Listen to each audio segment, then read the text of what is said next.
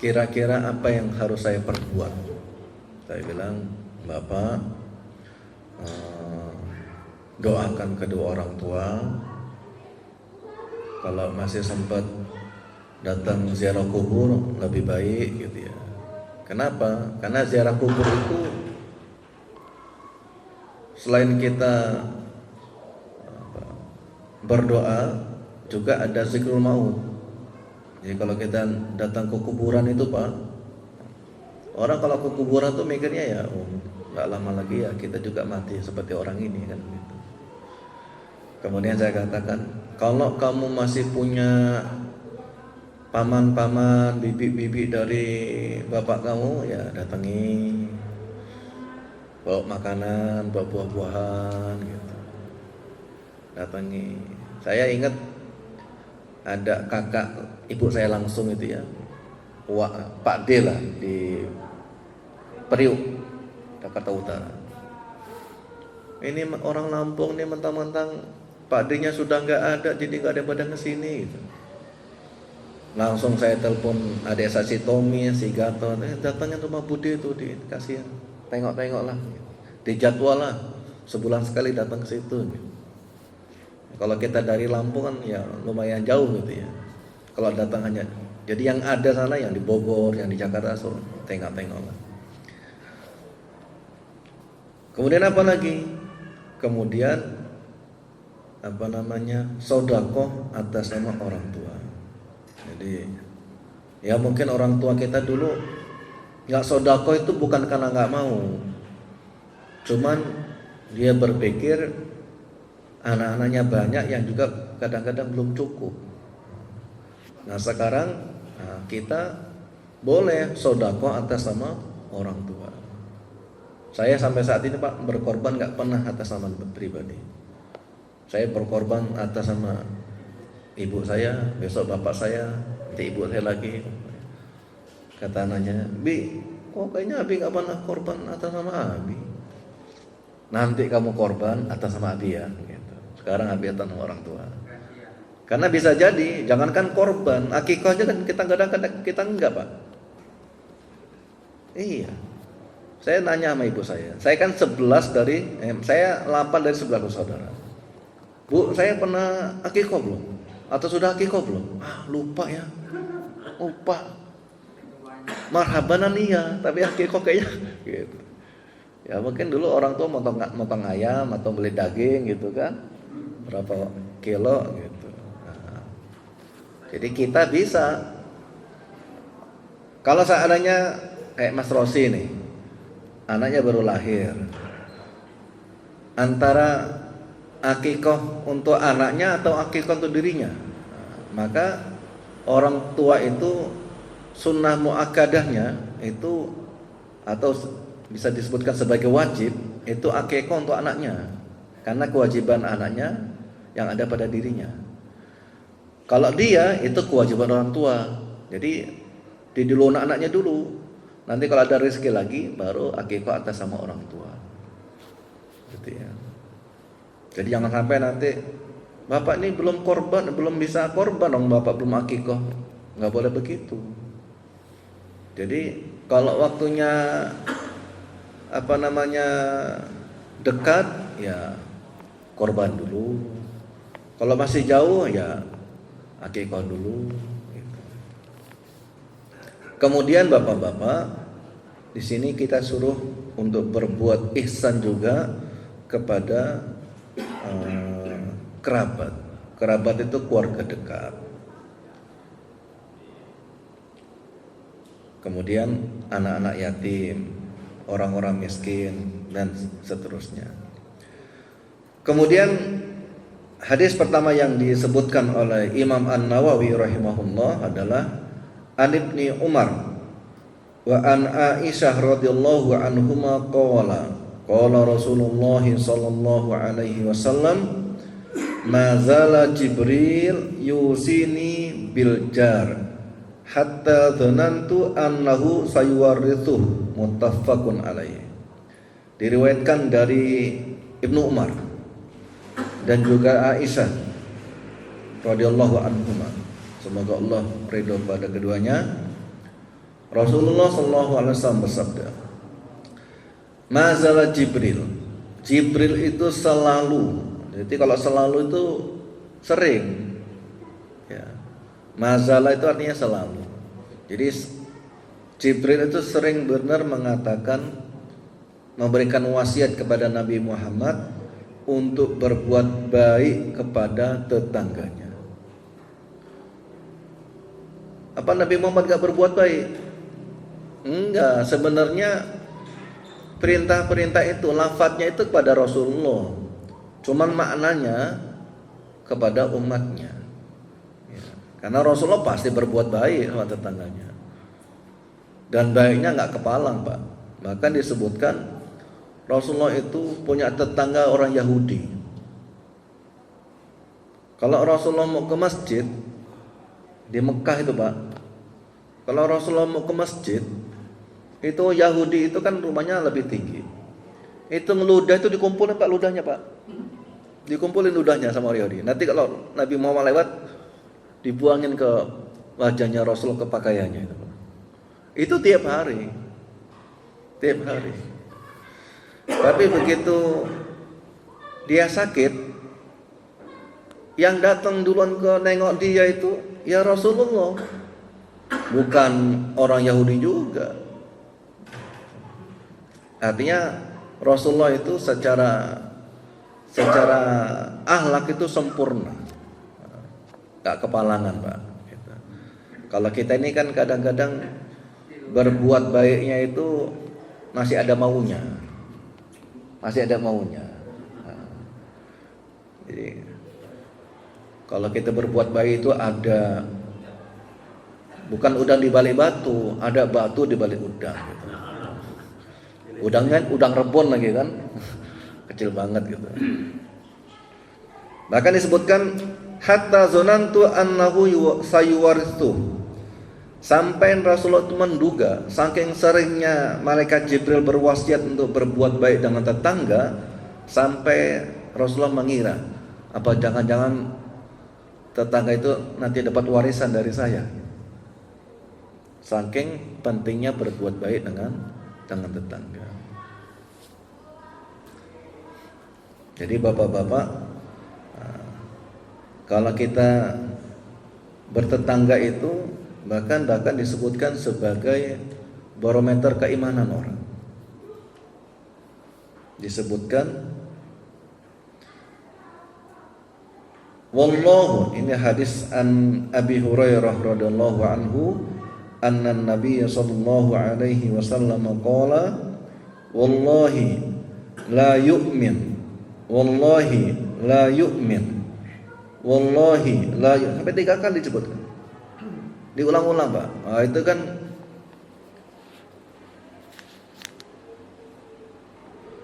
kemudian sebutkan seterusnya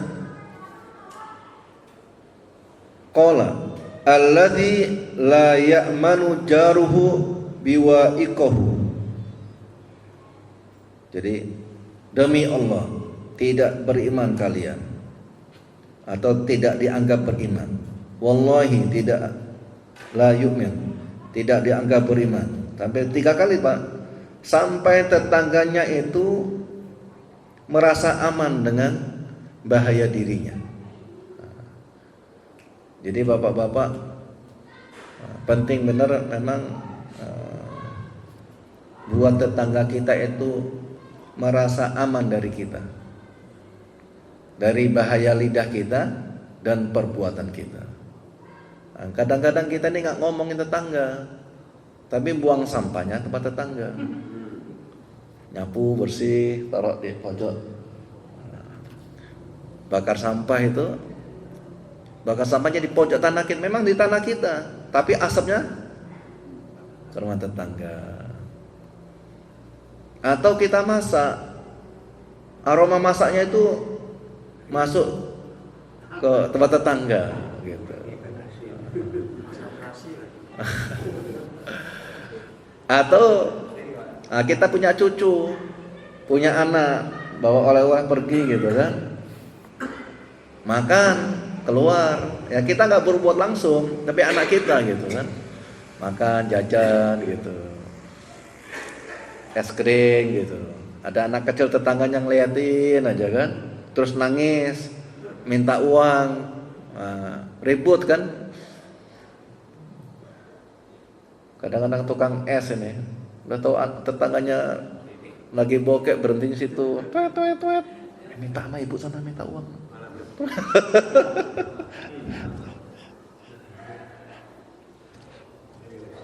Ada tetangga saya di Jakarta itu Pak, marah sama tukang es tuh. Sudah tak anak nangis masih berhenti di sini, lama-lama tuet. Gitu.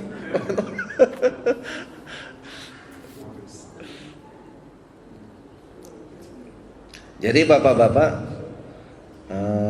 barometer keimanan seseorang itu lihat dengan tetangganya. Bahkan Pak, dulu para perawi hadis itu Pak, saking dia hati-hati dengan hadis, itu rawinya nggak langsung datang ke rumah rawinya Pak, perawi itu Pak. Orang ngambil hadis itu Pak, ngambil sanad hadis itu. Kan yang paling utama ketemu sama orangnya, langsung ngambil hadis dari situ. Kalau nggak ketemu orangnya, ngelihat tetangganya Pak, atau lihat keluarganya, atau juga lihat tetangganya. Kalau tetangganya itu jelek, akhlaknya jelek, buka aurat, tetangganya masih ngomong sama masing gibah, itu hadisnya ditolak Pak Slamet. Jadi bukan orangnya langsung. Jadi kadang-kadang semakin tinggi keilmuan orang, itu standar mendapatkan keilmuannya itu lebih tinggi lagi Pak. Standarnya lebih tinggi lagi, nggak langsung datang. Jadi orang ini kalau dia mulia, pasti kemuliaannya berpengaruh pada tetangganya.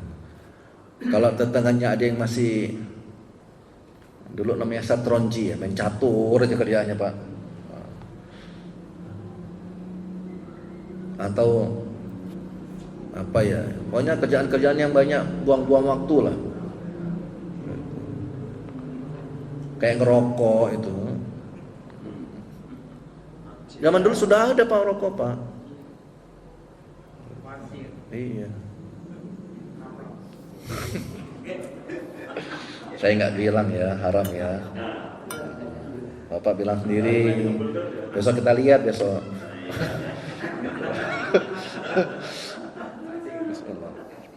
Enggak ya? Enggak lagi ya? Sekarang enggak Pak. Sekarang ya enggak. Ngurangi punya teman.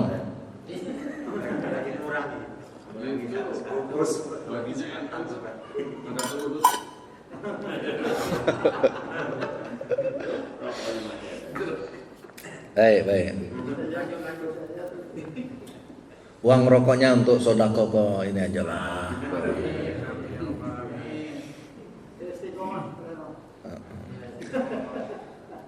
Baik. Jadi barometer keimanan orang itu bukan hanya karena secara akidah bagus gitu ya, tapi juga standarnya itu dilihat tercermin, bukan rokok, tercermin dengan akhlak dengan tetangga. Iya. Jadi kalau dalam ayat ini, kalau hadis ini, letternya kan la yu'min, enggak beriman. Enggak dianggap enggak beriman, Pak. Kalau tetangganya was-was sama tetangganya gitu ya. Ada bahaya, jangan-jangan ngomongin saya gitu. Atau buang sampah sembarangan gitu. Buang beling gitu. Saya kadang-kadang ada orang, saya ini Ustaz nggak pernah makan yang keong di sawah itu Pak. Krecing pakai apa itu? Itu, yang disedot-sedot itu, tutut itu, nggak pernah makan itu Pak. Tapi di bawah pohon pohon pisang saya itu berkarung-karung Ustaz. Ya kecil-kecil itu. cangkangnya itu kecil-kecil itu, ya satu plastik, biasa satu plastik lagi gitu. Jadi orang numpang buang sampah. Saya ini kalau punya sampah, saya pungut, saya buang, saya ke tempat pembuangan sampah. Tapi ada aja beling di rumah itu. Jadi kalau ada apa-apa dengan rumah itu, nanti yang buang kena jariah itu Pak, jariah dosanya. Makanya hati-hati bapak-bapak. Kemudian disebutkan wa'an, berarti wa'an ini berarti dari Abi Hurairah.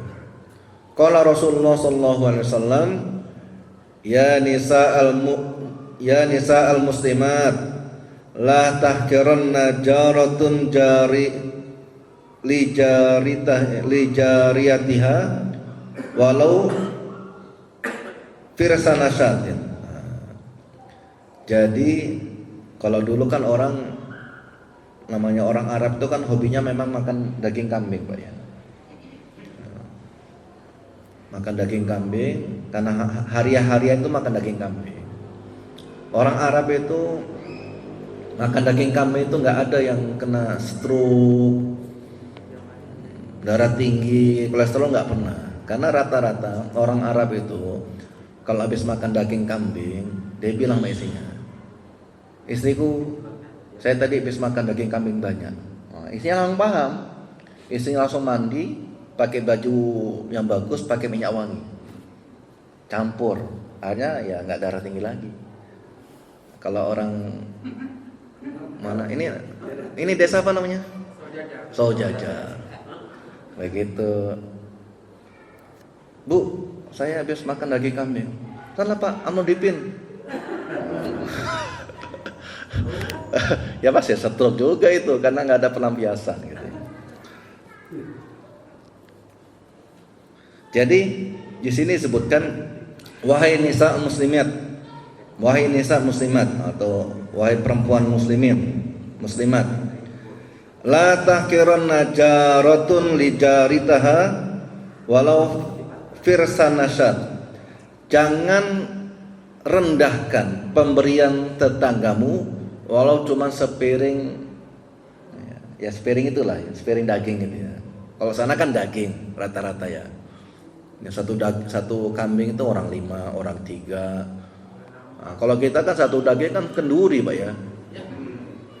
Kuahnya banyak gitu.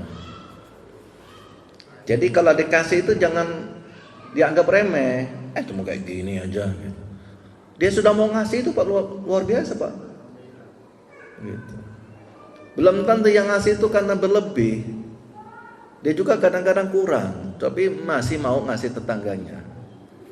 Jadi nggak boleh cuman pisang kayak ini ngasih gitu. Iya, ya diterima aja Pak, diterima dengan. Ya makanya kan makanan itu kalau sudah disiapkan, walaupun Bapak nggak suka ya berusaha Bapak gimana caranya biar suka. Gitu. Menghormati yang ngasih. Gitu. Kayak kopi di sini kan ada, di rumah juga kopi rumah lebih bagus, tapi di sedia ini lebih berkah. Gitu. Lebih berkah. Itu ya. Tapi kalau ini sama ini semua ya kembung juga nih.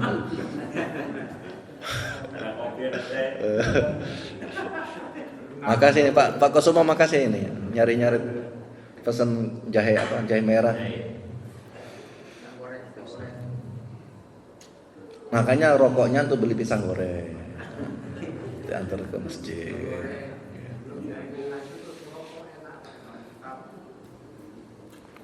Kemudian disebutkan lagi ini masih dari Abu Hurairah.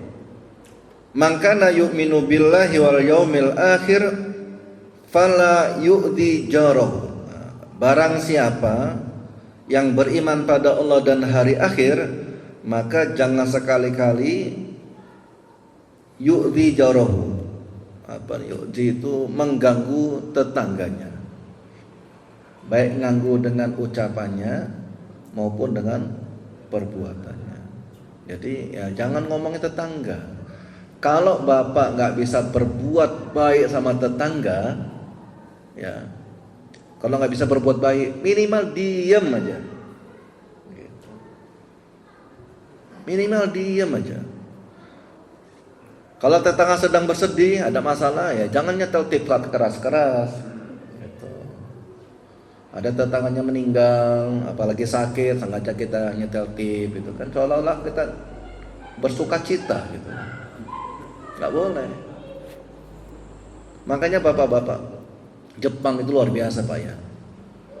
Jepang itu begitu. Jepang itu bukan negara Muslim, Pak. Bukan negara Muslim.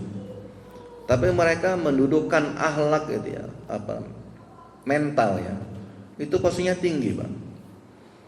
Jadi kalau ada musibah di satu daerah di Jepang, langsung ada surat dari pemerintahnya gitu ya, setempat, larangan nyetel musik di jalanan atau di rumah dengan keras-keras. Iya. Ada tetangganya yang ini nggak boleh. Nah, kita ini biasa-biasa aja. Ada musibah, banjir tuh, yang pesta tetap pesta gitu. Biasa aja, nggak boleh Pak. Padahal Jepang tuh negara kafir Pak. Tapi secara mental mereka lebih Islami.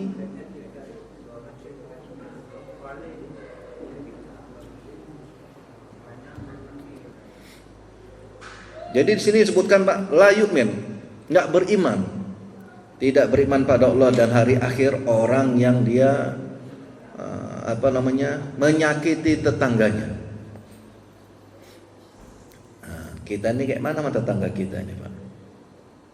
Kadang-kadang kan perilaku kita ini kan, kenapa kamu, tetangga saya gitu. Tetangga saya ngomongnya macam-macam, fitnah saya, ya gantian lah gitu Pak. Ya kalau kita begitu terus kan gak ada bedanya kita sama tetangga. Nah, kita ngaji terus malam Senin kan, malam Selasa, sama dia gak pernah ngaji sama aja Pak.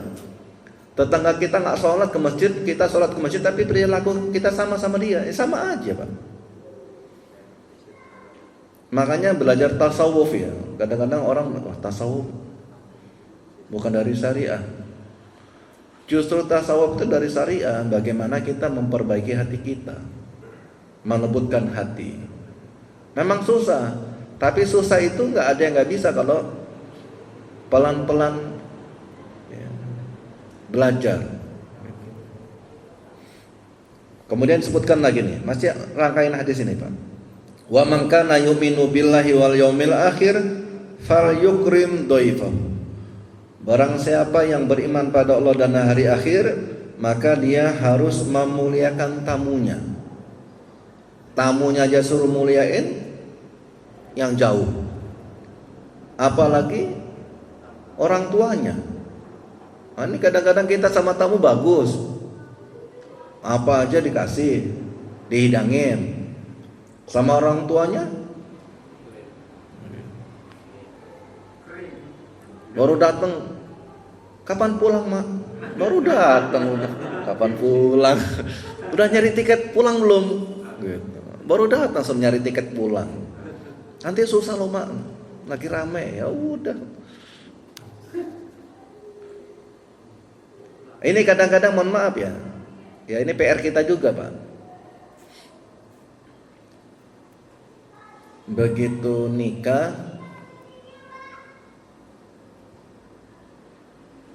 satu rumah kan sama tetangganya suruh berbuat baik, apalagi sama orang dalam rumah kita. Kalau kita masih punya kakak, punya adik, masih ada orang tua, ya kan, ya mendamaikan antara, kalau kata Ustadz Somad itu antara kucing sama Tom and Jerry ini ya, mertua sama mantu itu kan. Tom and Jerry gitu ya. Ya ini tinggal kita aja nih Pak.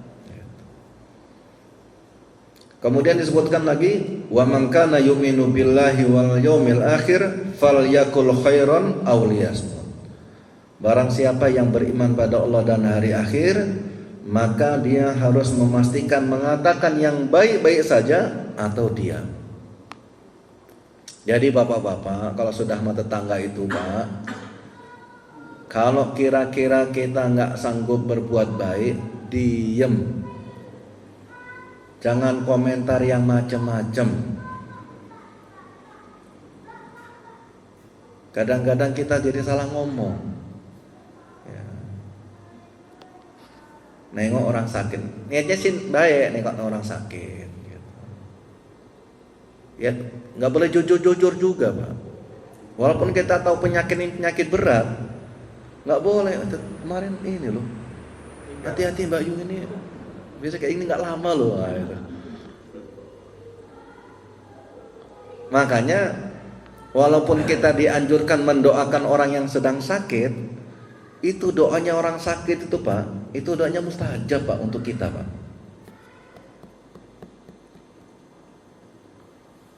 Orang dapat musibah, kadang-kadang kita hibur dengan kita, ya mudah-mudahan Allah berikan keberkahan, nanti Bapak diganti yang hilang gitu. Itu doanya dia itu Pak, yang kena musibah itu lebih mustajab, lebih dekat kepada Allah dibandingkan doa kita. Makanya nggak boleh nyakitin. Sama tetangga juga begitu. Jadi orang itu dinyatakan beriman itu bukan saja secara akidah lurus, tapi kebaikannya terpancar dengan perilaku dengan tetangganya. Makanya tadi kalau dalam ilmu hadis itu Pak, kalau tetangganya jelek, hadis langsung dicoret Pak. Berarti orang ini kesolehannya tidak bermanfaat. Solehnya hanya untuk pribadi, bukan untuk orang lain. Begitu Pak. Karena nanti kalau ada apa-apa, ada keburukan-keburukan kita, ya nyelamatkan tetangga kita Pak. Tetangga kita yang nyelamatin, bukan orang lain jamaah, bukan.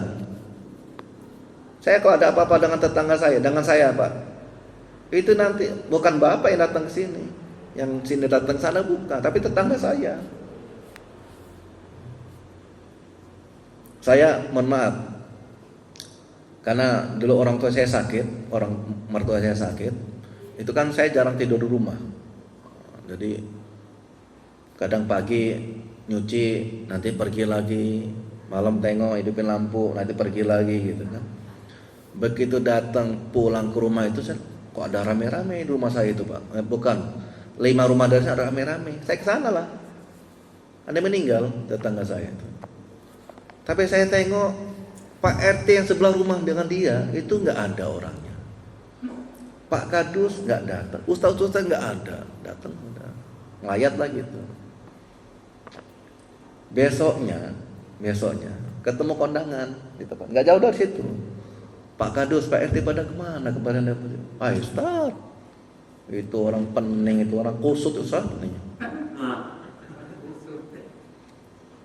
Waktu nyolatin nggak ada nyolatin Pak, sedikit yang nyolatin. Baru kali itu saya sholat jenazah itu dimarahin orang Pak. Bapak, ini saudara kita ini nggak butuh, kata bapak. Ayo sholatin gitu.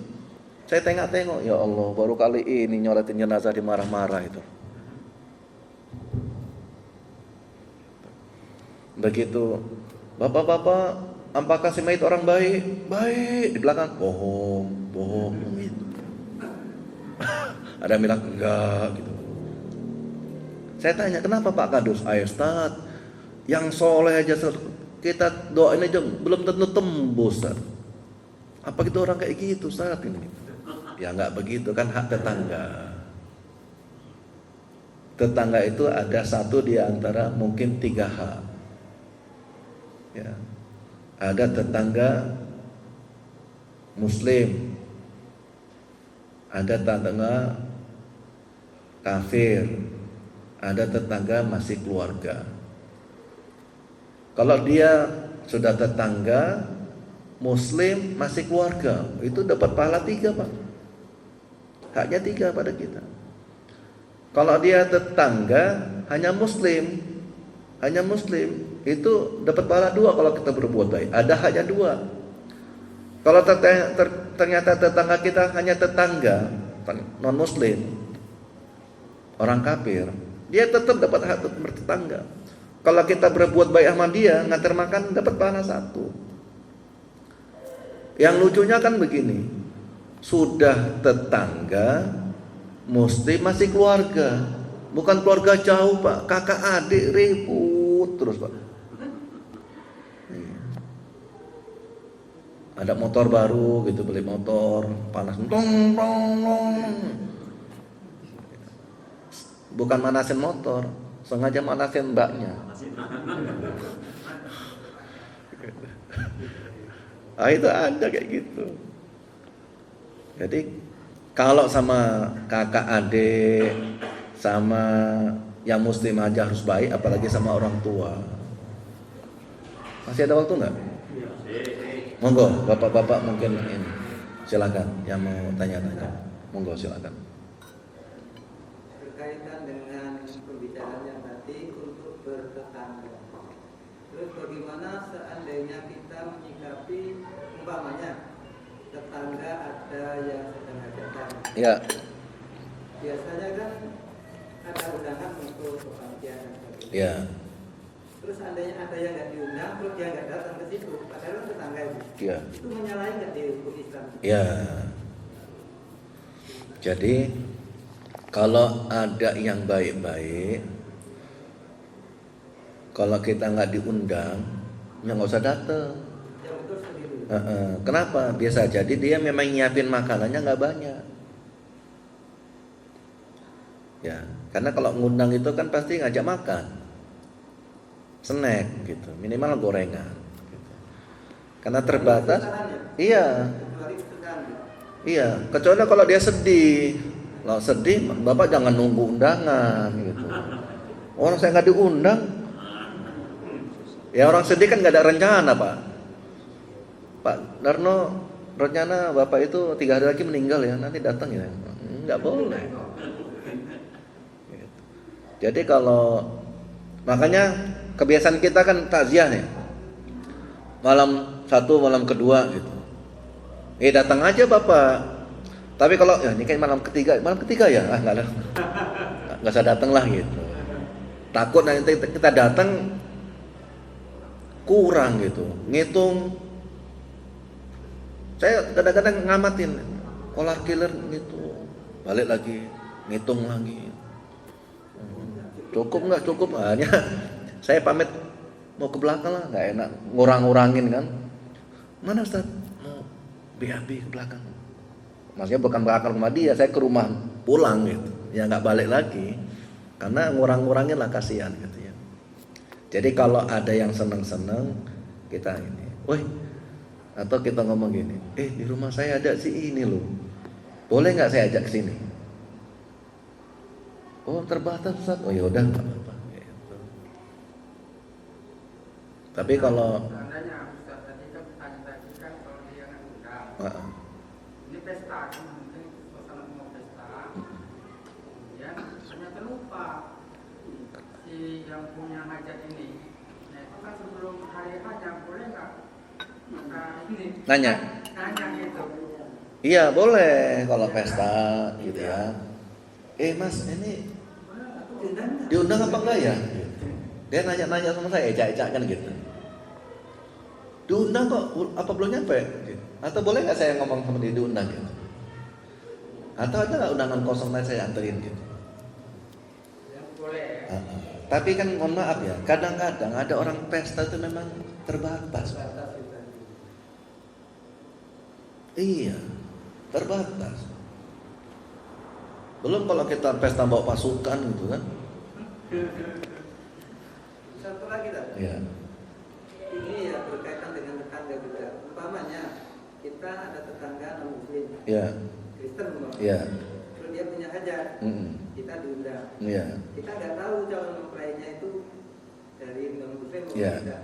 Ternyata setelah ada informasi dia itu tadi ngambil orang Islam, sekarang ikut ke Kristen. Kan sama aja kita menjerumuskan saudara kita Islam. Iya. Terus kita bersukaria di situ. Kita sama pesta kan bersukaria di situ. Iya. Menyaksikannya. bersuka apa? Ya bersuka. Terus bagaimana dan yang seperti itu? Ya. Jadi bapak-bapak Orang murtad itu. ada beberapa hal yang terkait dengan kalau dalam fikih itu fikih aqliyat, fikih minoritas. Termasuk kaitannya adalah kita punya tetangga orang non muslim. Kalau dia punya hajat, punya pesta, boleh nggak kita datang, Ustaz? Atau ada nggak larangan? Kalau dia pestanya itu masih akad di gereja, nggak boleh kita datang. Atau di wihara, nggak boleh kita datang. Tapi kalau setelahnya itu ada perayaannya di rumah, boleh. Ada tetangga kita diterima PNS, tasakuran gitu, ngundang nggak apa-apa kita datang. Ada yang sakit, datang. Ya mudah-mudahan cepat sembuh ya. Nah, kalau tadi tentang itu berarti kan ada hal-hal yang menjadikan kita terlarang datang ke sana. Kalau dia mau kafir sama kafir nikah gitu nggak apa-apa kita datang. Tapi kalau dia tadinya Islam kemudian kafir, kemudian menikahin orang di Islam dan kafir lagi gitu, jangan. Nanti ada hal-hal yang melarang kita datang. Begitu. Aslinya boleh. Aslinya boleh. Hak tetangga, masalah muamalah.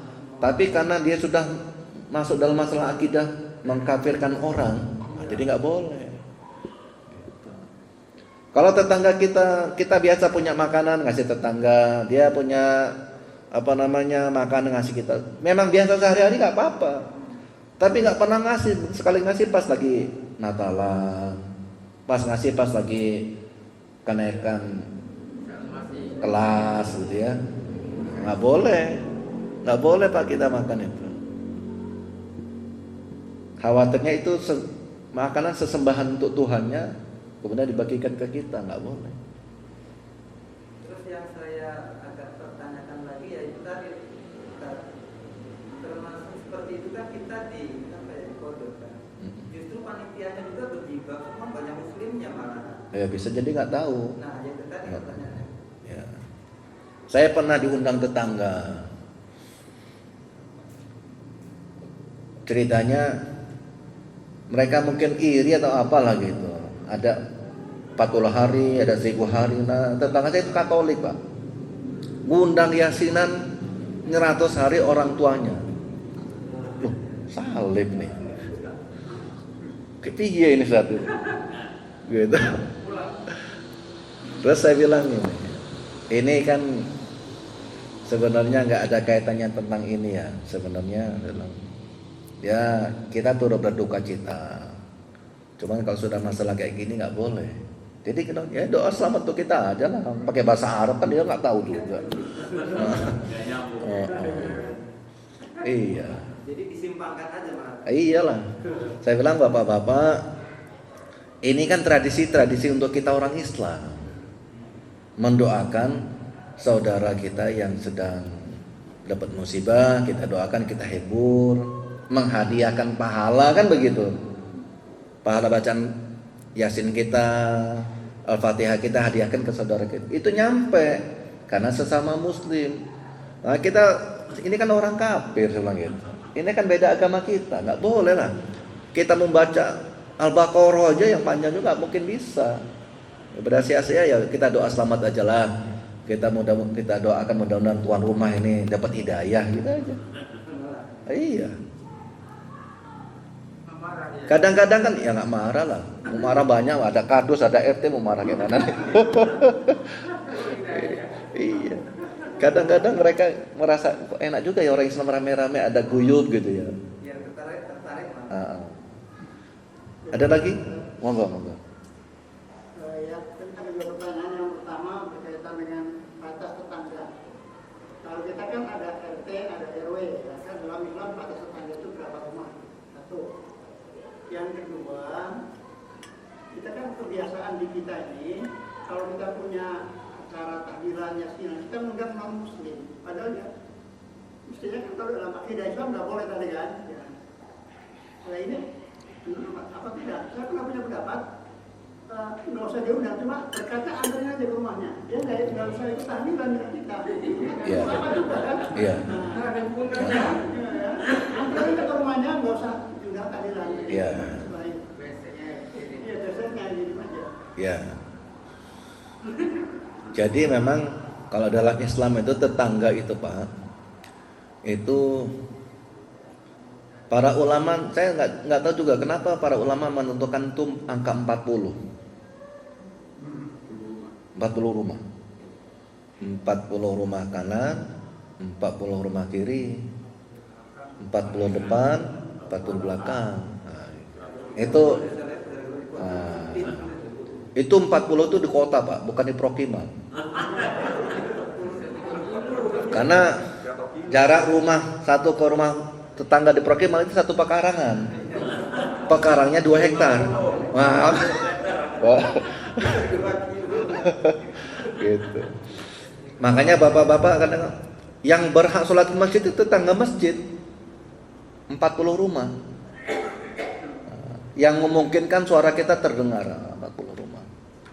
Memang bapak, saya nggak dapat masjid sini, tapi kan masjid yang lain dapat. Gitu. Tapi kalau di sini nggak kedengar 40 rumah. Rumah saya kan nggak ada 40 rumah. Nggak kedengar. Saya jauh-jauh rumahnya kan. Memang dulu Pak, uniknya ya, dulu itu orang itu karena imannya kuat, dulu azan nggak pakai speaker Pak. Teriak gini aja Pak. Nggak ada orang cerita azan biasa azan serak, nggak ada. Cuma karena imannya itu tinggi, disampaikan sama Allah Pak. Sekarang mau pakai speaker taruh ke rumah, ya nggak bangun juga. Apalagi kalau azannya juga males-males, makanya ngazan yang bagus-bagus lah. Gitu. Azannya yang bagus-bagus, cari di YouTube belajar gitu. Bila perlu bapak nanti cari kori siapa, suruh ngajarin bujang-bujang ngazan yang bagus kayak mana gitu aja, nggak apa-apa. Biar semangat. Ya. Kalau yang tua-tua suruh zikir aja, nggak usah azan lah. Kayak nggak ada orang lain aja. Gitu. Iya, karena begini, pahala azan tuh pahalanya luar biasa Pak. Iya. Karena semua orang yang sholat karena azan dia itu dapat pahala, baik di masjid atau di rumah. Kalau azannya malas-malas gitu kan, itu ya. Saya tidak melarang bapak-bapak yang mau azan nggak apa-apa, tapi ya belajar yang bagus. Kalau nggak ada orang lain, ternyata nggak ada orang lain nih, yaudah azan nggak apa-apa. Tadi yang pertama tadi apa Pak? Oh iya, jadi ya kan kita mengharapkan orang datang kan biar dia baca Quran untuk kita, untuk keluarga kita. Ya pastikan yang kita undang ya muslim-muslim aja lah. Ya orang kafir kita kasih ini aja lah, kasih BC-nya aja. Bapak kasih biasakan sama air minum. Bapak ruqyah dulu. Iya, begitu. Saya kok habis ini kepingin sholat terus ya. Wallahu a'lam. Assalamualaikum warahmatullahi wabarakatuh.